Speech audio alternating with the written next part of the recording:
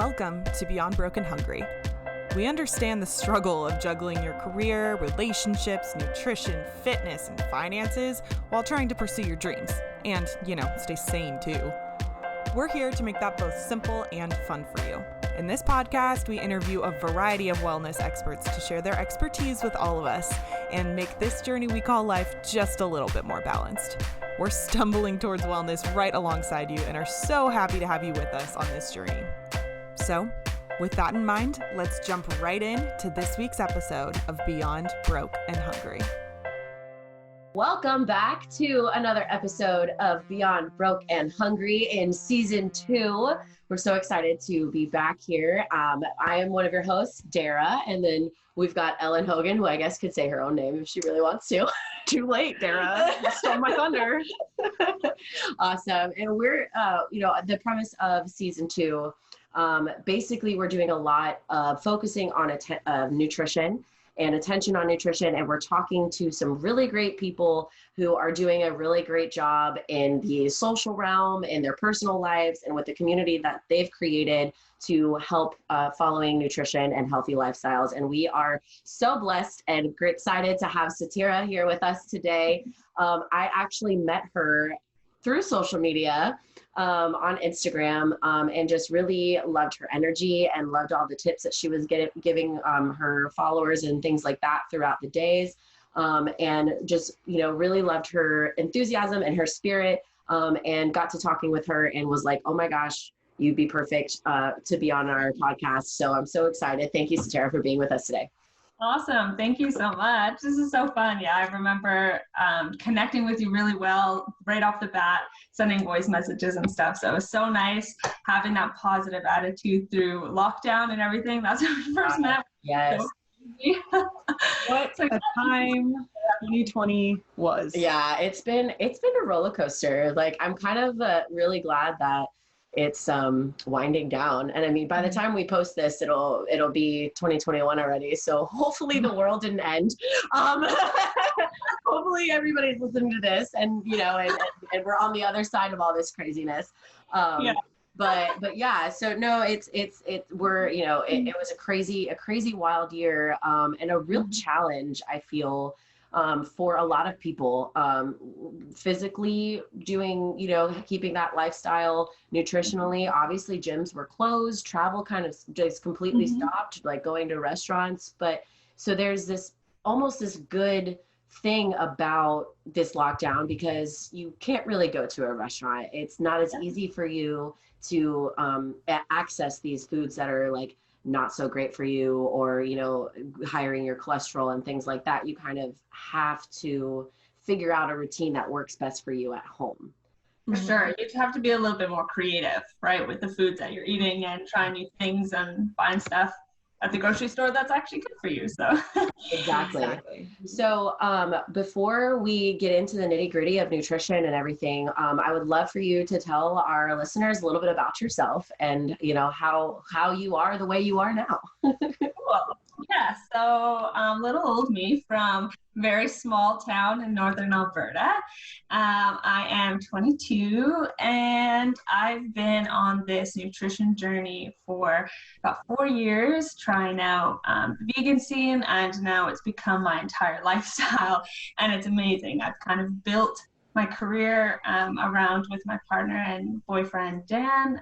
We are now accountability coaches, which is awesome. We've been able to kind of create this space of wellness and health and fitness where people feel safe in order to change and up their routines, and are able to kind of just change their lifestyle in a way that suits them with their needs and their kind of lifestyle and stuff, but also really, really focus on their lifestyle and their nutrition side of things and fitness and health.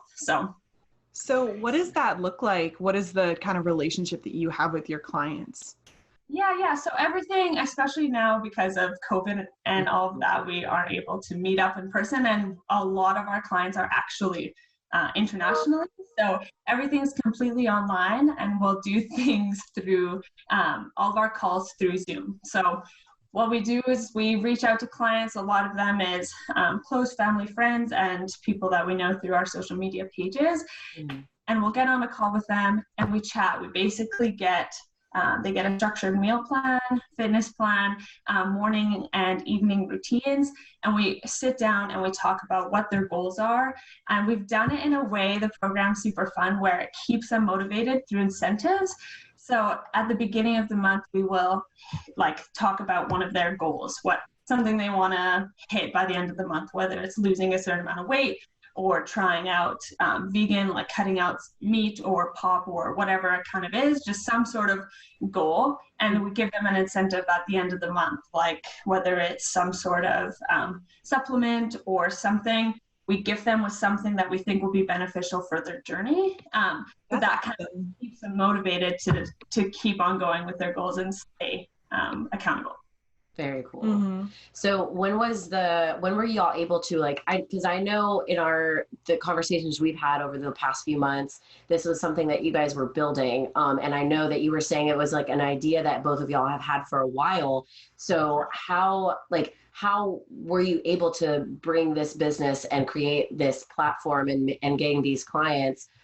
Especially with all of this COVID stuff happening, what were some of the challenges, or how did you guys even come up with this idea along the way?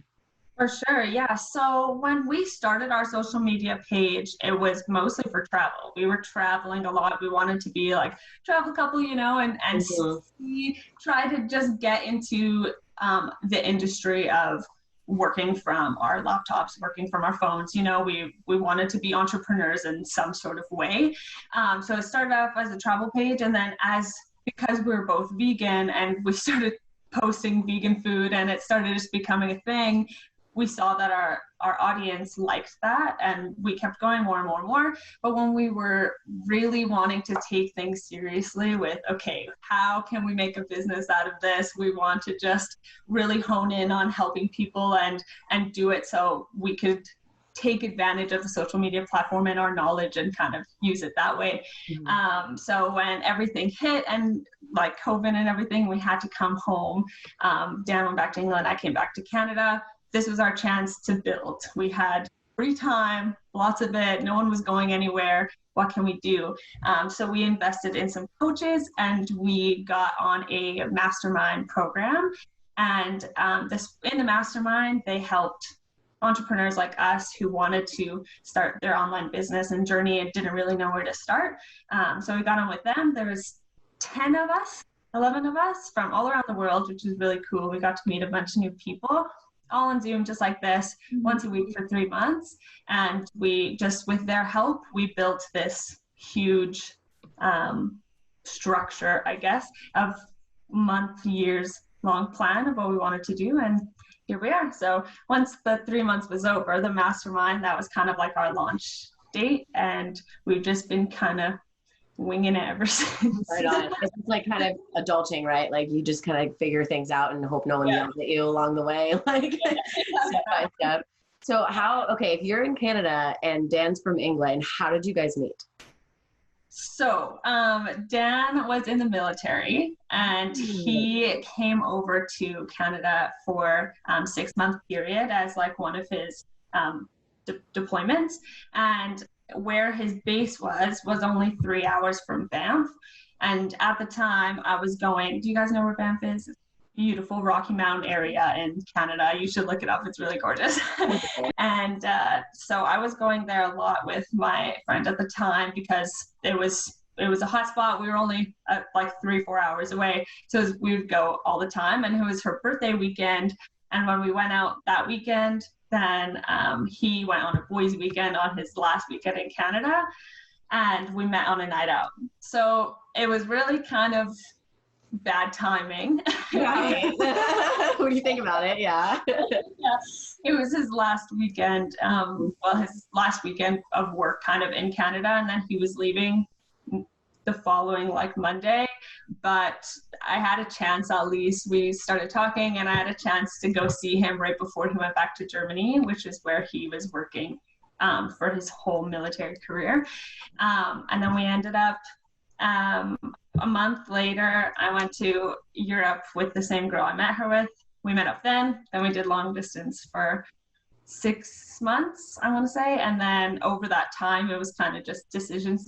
What do we do? And he was leaving the military anyway, so he moved to Canada, and then we decided to go traveling. Wow. That's awesome.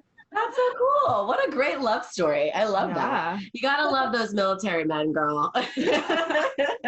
Big fan. But that's so cool. And that's so awesome that you guys were able to create this business. Obviously your relationship is important in that too, but that you were able to be like, hey, we both want these same things. Let's do this direction together and build this together. And that's so cool. What were some of the things, like, as you were brainstorming and kind of, doing this mastermind course and everything else and kind of gaining this knowledge, what were some of the challenges that you guys were running into? Obviously, COVID is just a whole challenge in itself. But in that midst, like, what were some of the things that you guys really had to like overcome throughout crafting this? Yeah, absolutely. I think the one main thing is really just starting from the bottom. Like neither of us had any idea what we were doing. We've never been entrepreneurs before. We've never started a business. We've never done any of this stuff. So it was really just taking the time to invest in ourselves and learning and like doing lots of reading, doing lots of studying, like watching a lot of YouTube videos, talking to people who knew how to do it, and really just building. So I think that in itself comes with a lot of challenges, because it could be just mentally draining and frustrating, and there could be ups and downs and everything when it comes to that. So I think the biggest struggle would be just keeping a positive mindset that we're going somewhere, and eventually it's going to be a success. You just kind of gotta keep going. Trial and error is like, exactly. You have to try and you have to make mistakes in order to, you don't know what you don't know until you kind of run into that. And, so it's kind of one of those things that you're constantly if you give up, then nothing's going to get accomplished. You have to keep going and you have to keep trying. And also, one of my favorite influencers is Sarah's Day, and she always says, act confident and no one will question you. Just fake it till you make it. Yeah. Own it. Exactly. Yeah, I love that. So would love to hear a little more about, I know that traveling hasn't been much of a thing recently, but what it's looked like for you.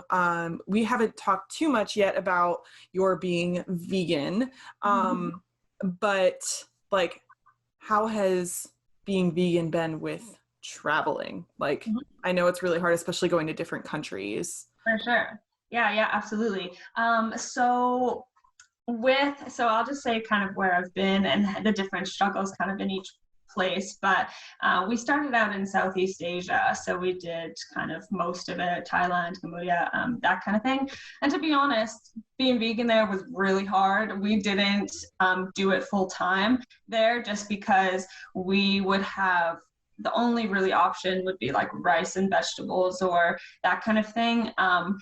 In some places, when you go to the really touristy spots, you got vegan food cafes and stuff, and it was really awesome. But when you went off the grid, it was just a matter of malnutrition, which is the opposite of what we're trying to achieve, right? So we just stuck to what we could, having the vegan food when we could, and then kind of dabbling in and having some chicken and stuff just to keep it up, because we were so exhausted a lot of the times, and it just, like I said, it's just the opposite of what you're trying to achieve. But then moving into the like richer countries, when we went to Australia and New Zealand and stuff, that's when we really took off with being vegan, and that was awesome. You're able to, there's so many different options, and we're able to cook a bunch. We had kind of our own apartments and places and stuff there, so it was easy. And with Australia, they have so much fresh fruit and vegetables and produce. It's insane. You had so many different varieties of things to be able to eat, so it was awesome. But I would say, all in all, when you're traveling, some really amazing like apps and stuff to use, and people to talk to and stuff would definitely be the locals. Go to all the markets, go talk to people who know where the best foods are, and then the app called Happy Cow and the website called Happy Cow. I don't know if you guys have ever heard of it. I've heard of it, yeah. Awesome. You literally just, there's like filters, you could just put vegan and you put the location, it'll come up. We've had hundreds of like vegan restaurants and stuff will pop up around the most random parts of the world you will ever see. So yeah, that was a really beneficial thing for us. But I think when we started traveling, we were really, it was a whole, like, it was a money thing too, where if you go to vegan restaurants in countries that they're really westernized and like in really poor countries, so everything's really expensive. So when you're trying to like save, have the best bang for your buck, you really have to watch kind of where you're eating. So you want to support local, obviously, too. So you're doing all of like the pad thais and all the street food, and you can't necessarily always be guaranteed for it to be vegan. It'll have some egg or some chicken, or a lot of stuff is made with beef broth there, like in Vietnam where we spend most of our time. Like all the soups and everything is cooked in beef broth and stuff. So I would just say to be very careful, be choosy, kind of walk around, see what there is, look at the options, and eat lots when you can. Yeah. So what made you decide to become plant-based in the first place? Yeah, that's a great question. I love sharing this story. So when I was living here, like through high school and stuff, we just ate whatever was put on the table, right? You eat what mom puts in front of you. And we ate really well. Like my family was always super healthy no matter what. Like we always had like home cooked meals and baking and everything. But I still always felt like I just had some issues digesting things. So there was still something that wasn't quite right, even though I was eating quote unquote healthy in my family and my diet and everything like that. So my sister went vegan before I even graduated high school, my older sister, and she left. And when I graduated, I decided, okay, I'm on my own now. Let's see if I could figure out what's wrong with my system. What if I could just see if I can optimize my health. Right. So I decided to go vegan for the summer, which is only really 2 months in Canada, and cleanse my to just have a fresh start. And then what I did was I reintroduced chicken, and then I took it away, and then I reintroduced eggs, and then I took it away, and I did that for every animal product to see how my body reacted to each one, and found out, like, it was kind of like my own little study. And I ended up finding out that red meat and dairy affected me like crazy. It was horrible. Like I just couldn't digest stuff, and I was moody, and dairy especially like makes me go crazy. It's weird how much the hormones kind of just put me off balance. And yeah, so then I cut those things out completely. I said, okay, well, I'm not going to consume something that doesn't make me feel good. So just decided to take it away.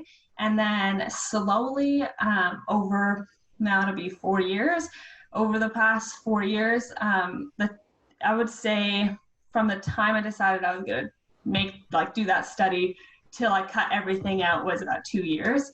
I just slowly cut things out. I did more research. I listened to more podcasts, read more books, like watched documentaries.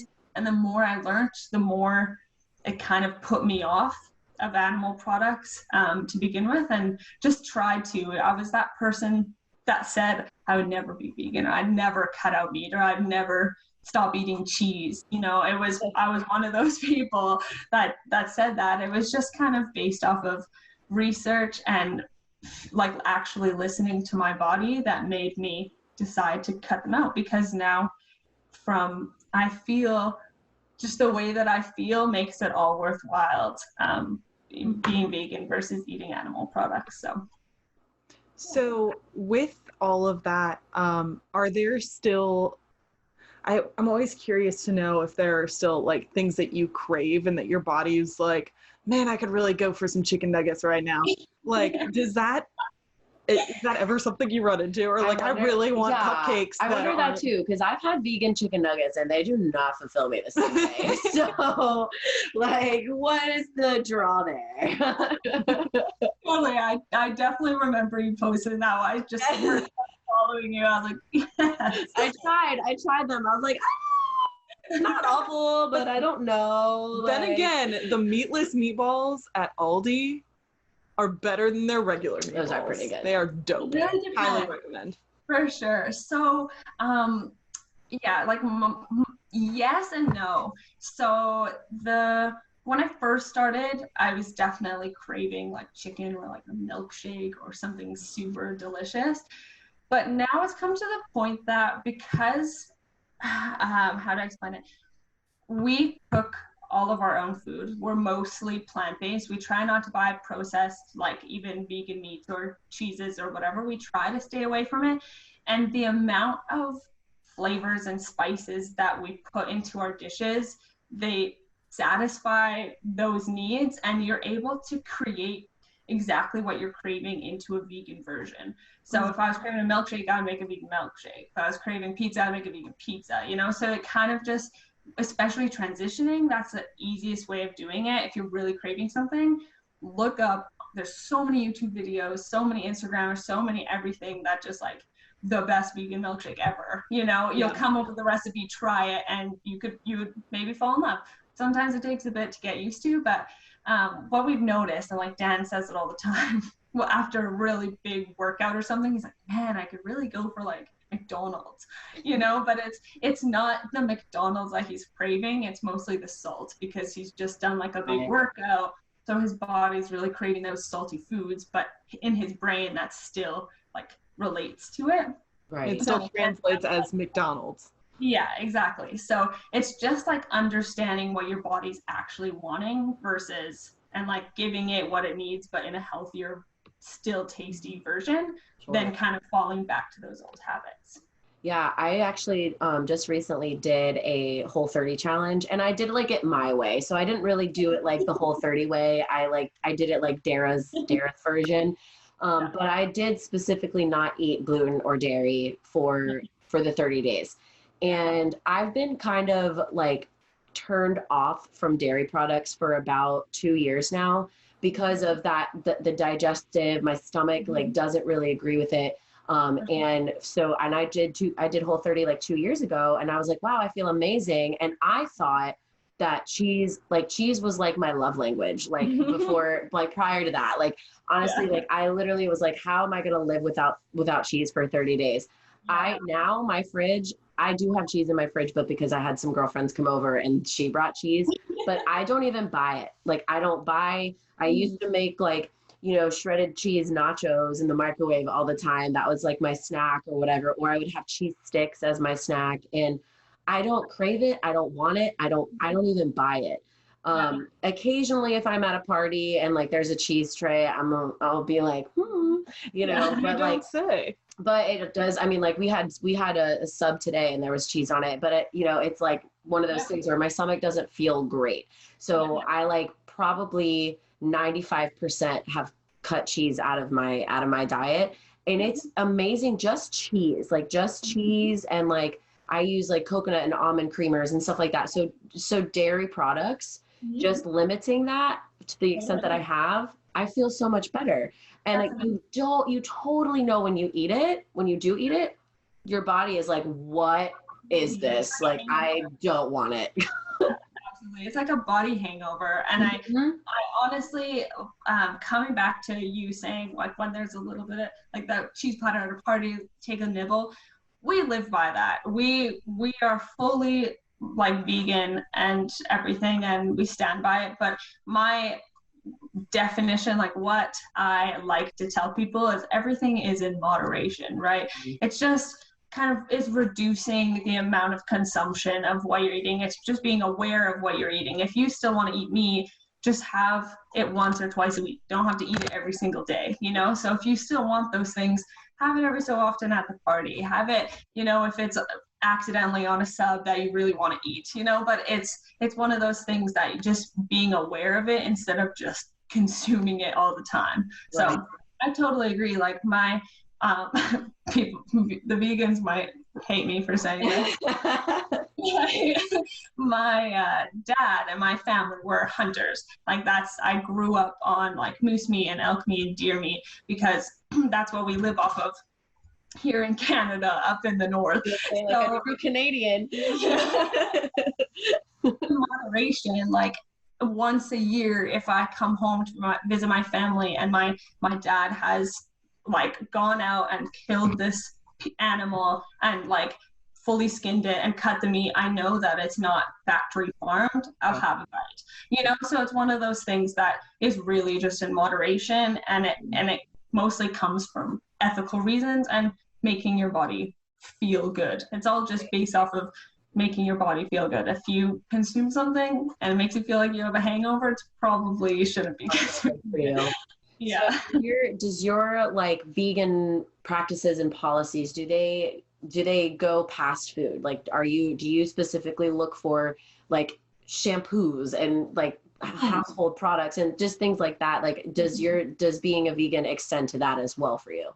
Yeah, so it started out just as food, just because that's what sourced it, is making my body feel good. But like I said, like the more that I learn about these kind of things and how chemicals and anything that touches your body or anything that you consume affects you, then the more that I've learned that, I've tried to cut out the most that I can. So I try to use all like plant-based products, all really clean, of course, proteins, and just add-ons like soaps and shampoos and makeup. Like all my makeup is vegan and plant-based and everything. So I try to stay away from it. I've learned that what touches your skin is consumed into your is put into your bloodstream within 26 seconds. So if you're like using a chemical or you're using makeup or anything that's bad for you, that shouldn't be on your body, it's still getting absorbed into your bloodstream. That's the right word.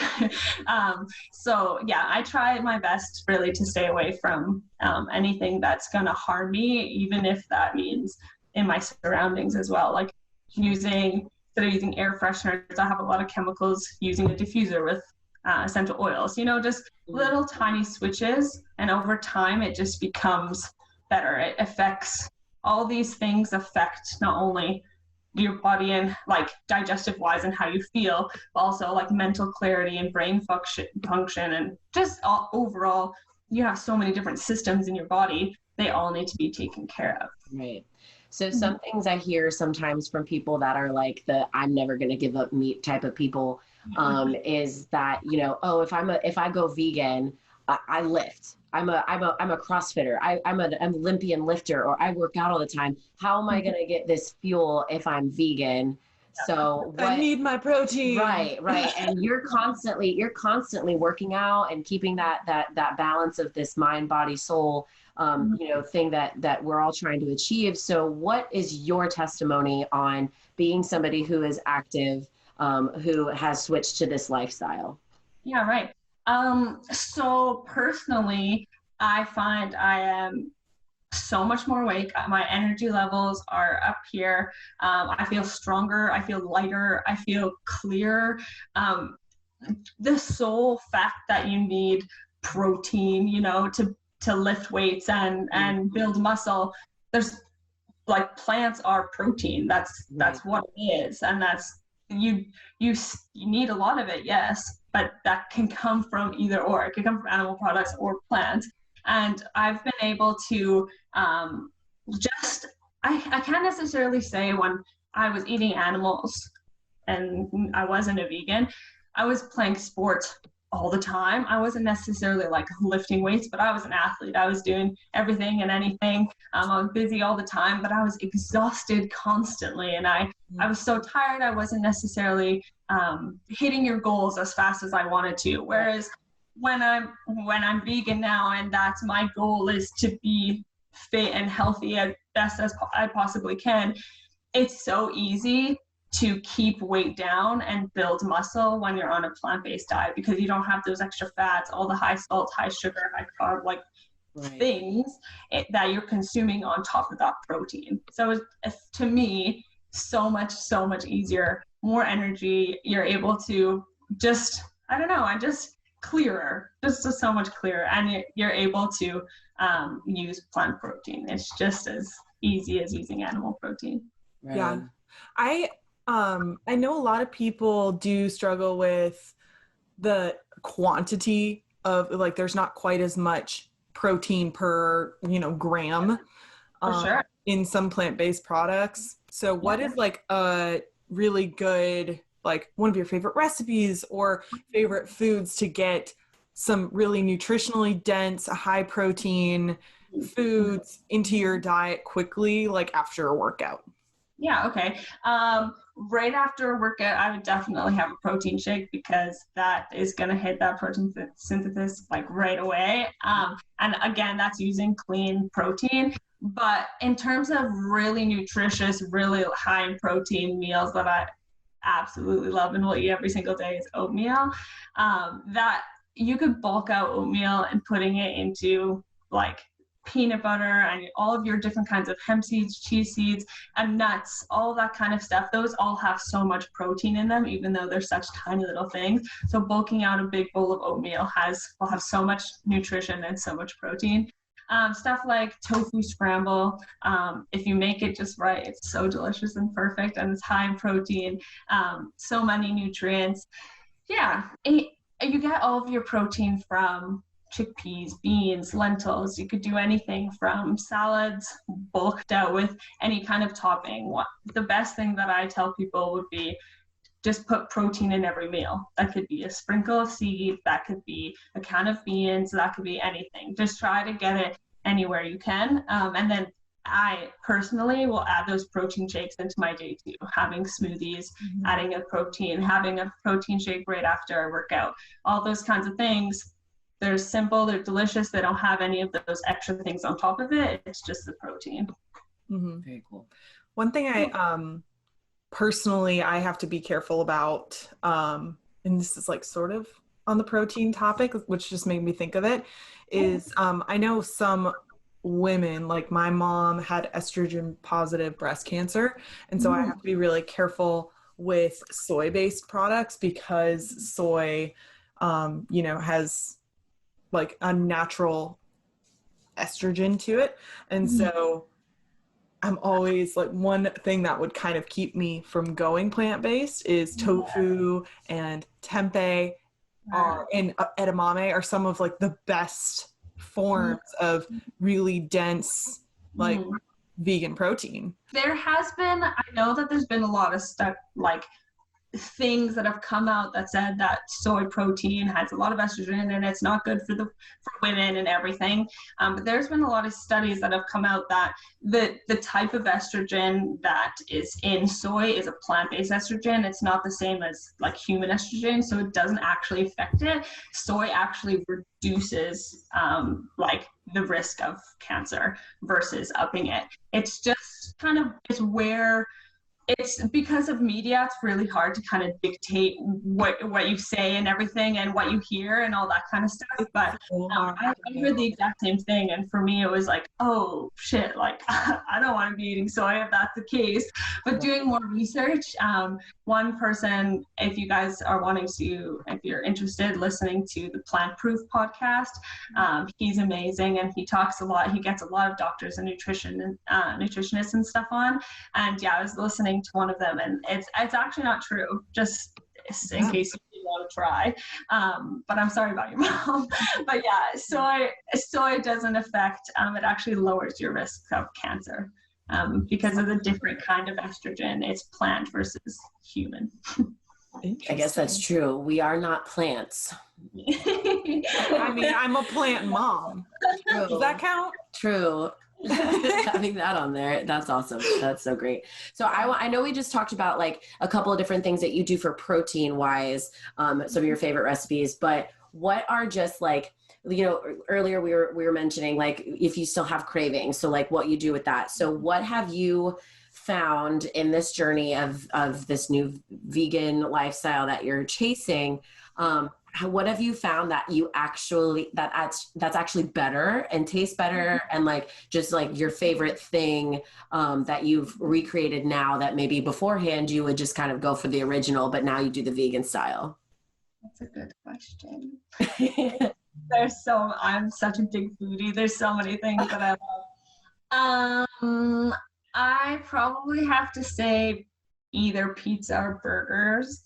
I absolutely love them because there's so many different, let's go with burgers. I really love burgers because there's so many different ways that you could do them. You could do them with sweet potato, or you could do them with beans, or you could do them with mushrooms, or you could kind of bulk it out to whatever flavor you want. Like we have like a curry one and then a teriyaki one, and you could kind of just play with the flavors, and then you just bulk it out just the same as a normal burger. So you put like avocado and lettuce and tomato, and like vegan mayo is so good, tastes just like regular mayo, just better for you. So you get creative with all of your sauces, you're able to kind of get that all together. And then it goes with wedges, and who doesn't like a good side of wedges? So good. And then another one would be mac and cheese. That one probably was the hardest to get rid of because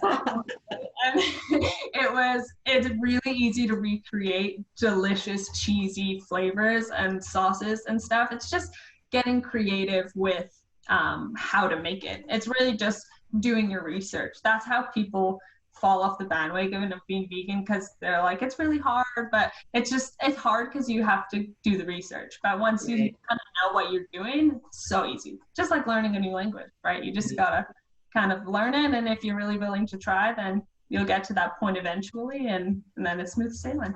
Absolutely. Do you feel that your skills in the kitchen have enhanced since becoming a vegan?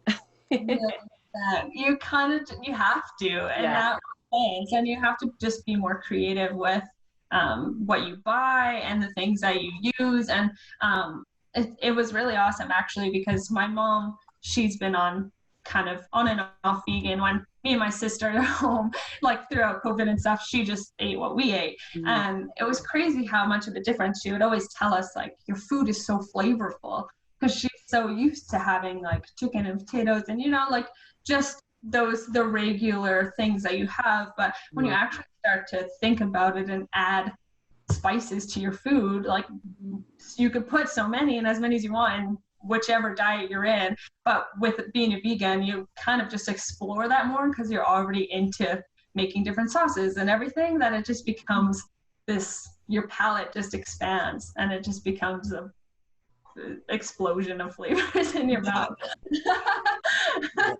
So with that, do you find that you have to spend a lot more time in the kitchen? I know that's some people, that's like one thing they're hesitant about is, oh man, I just don't have time to be vegan. Because you have to, like, if you're going out to eat, I don't want to just get a side salad and French fries when all my friends are getting something else and something that looks so much better. But if I'm at home, I don't have, forever to throw together like the mac and cheese that I'm craving, to soak the cashews overnight and all that stuff, which makes the best vegan mac and cheese.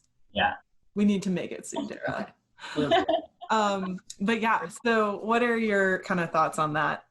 Yeah, I think that a lot of recipes can actually be faster than non-vegan, because you don't necessarily always have to cook vegan food. Like chickpeas and stuff really just have to be heated.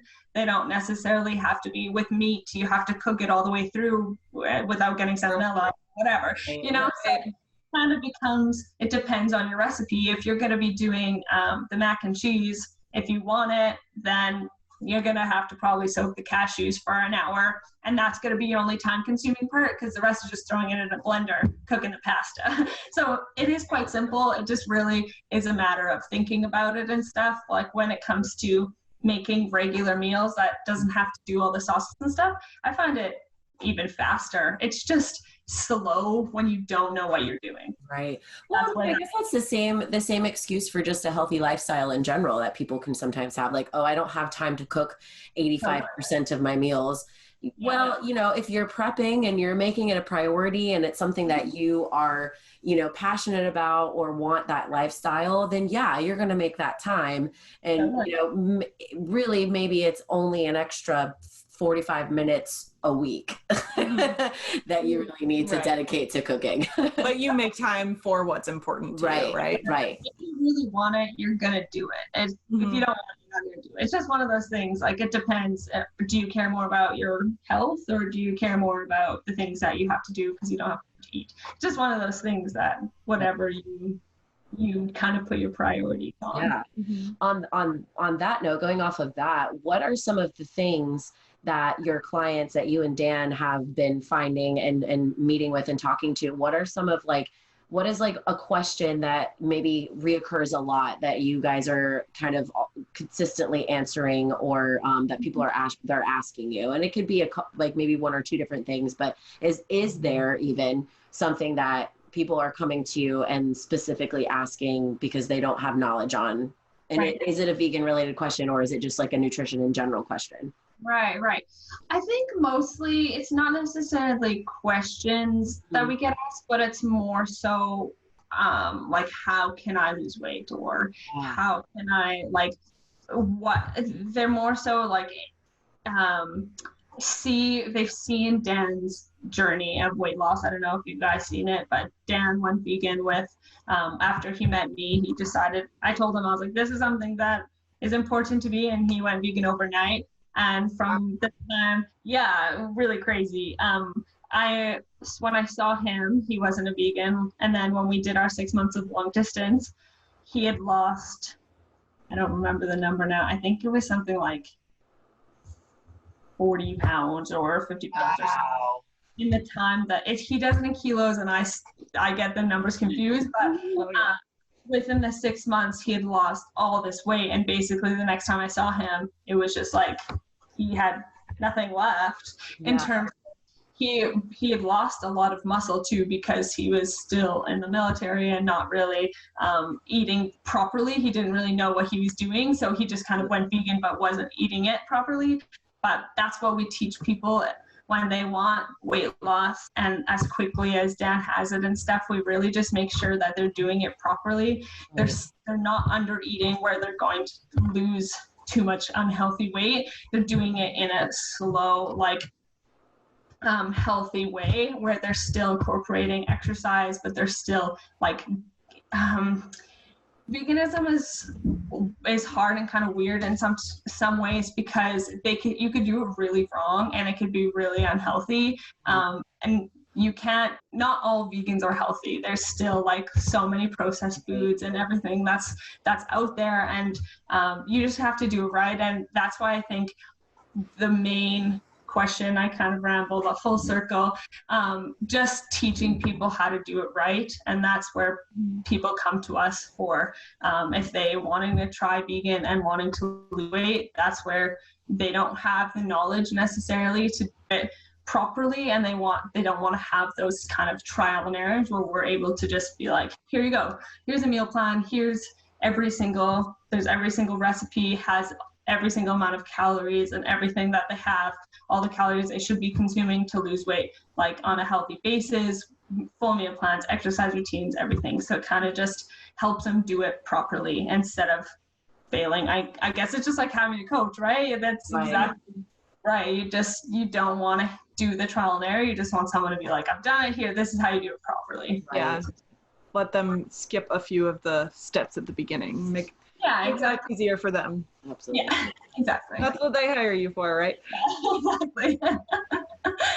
As far as how you eat, do you typically do meal plans for yourself, or do you meal prep, or do you tend to cook every meal every day? Do you count macros? Do you eat intuitively? What's your approach to the right? Yeah.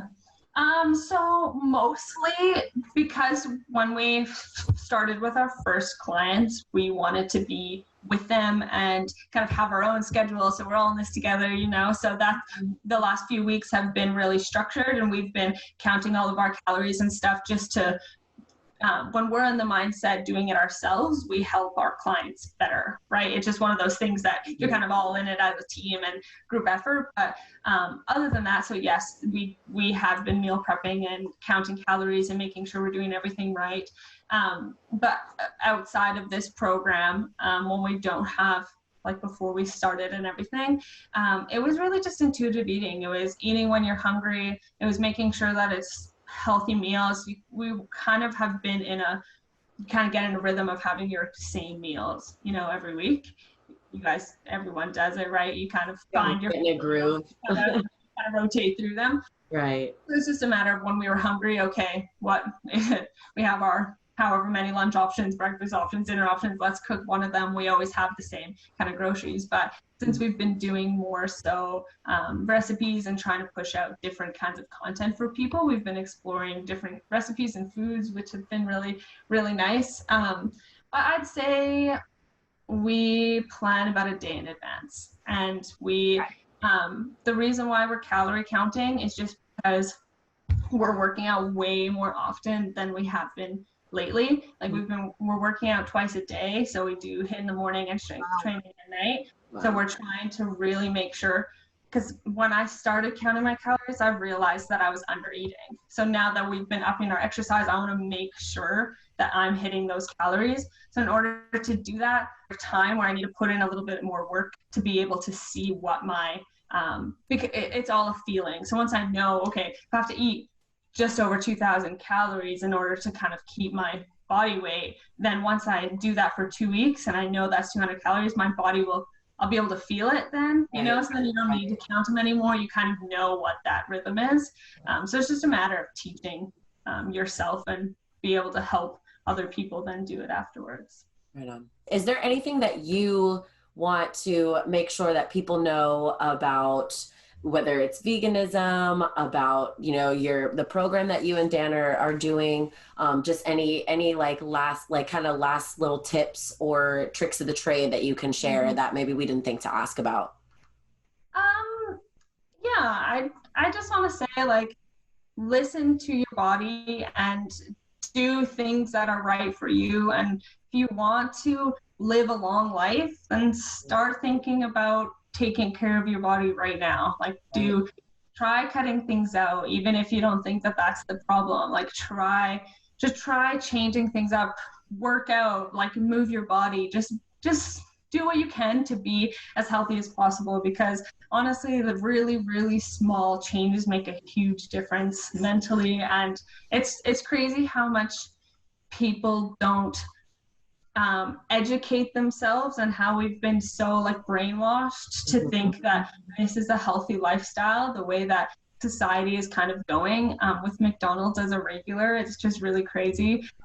So doing the research as much as possible to kind of to just do better for you. Don't care about anything else, just for you. Right. Yeah.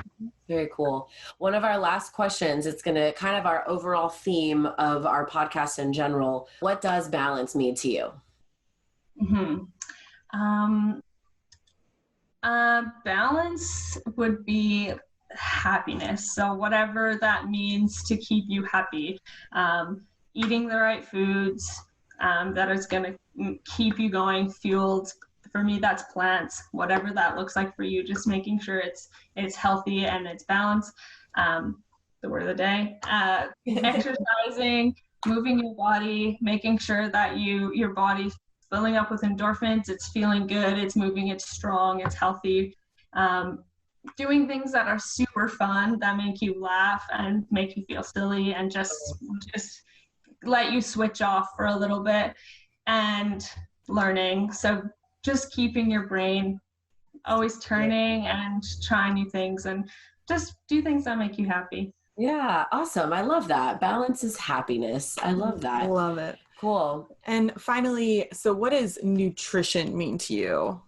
Which is kind of just all encompassing with everything we've been talking about today.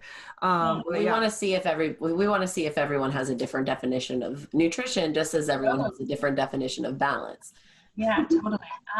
Nutrition to me would be sustainability, I want to say. So if you're going to be consuming things, making sure that it's something that's going to be sustainable. And then, just like I said before, all of those points hit a very important marker in nutrition. It's not just food, it's not just fitness, it's not just mindset, mental health, physical health, all of it is one big thing, and that all comes under nutrition. It's whatever that is for you to take care of those things, you need to do them, whether that's yoga or running or eating plants, whatever that is, just making sure that your body is healthy and energized.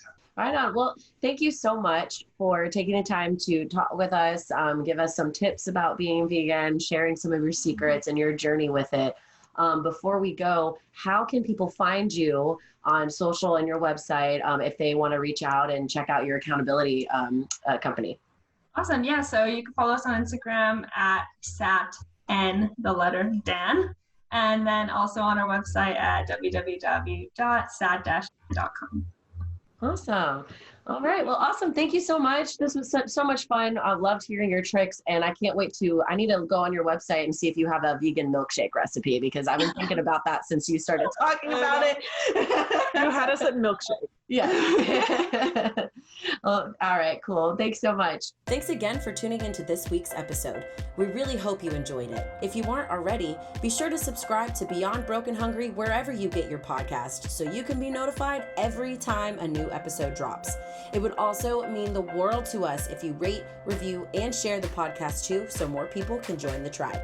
Follow us on social media at Beyond Broke and Hungry to interact with us and see how we're stumbling towards wellness one day at a time.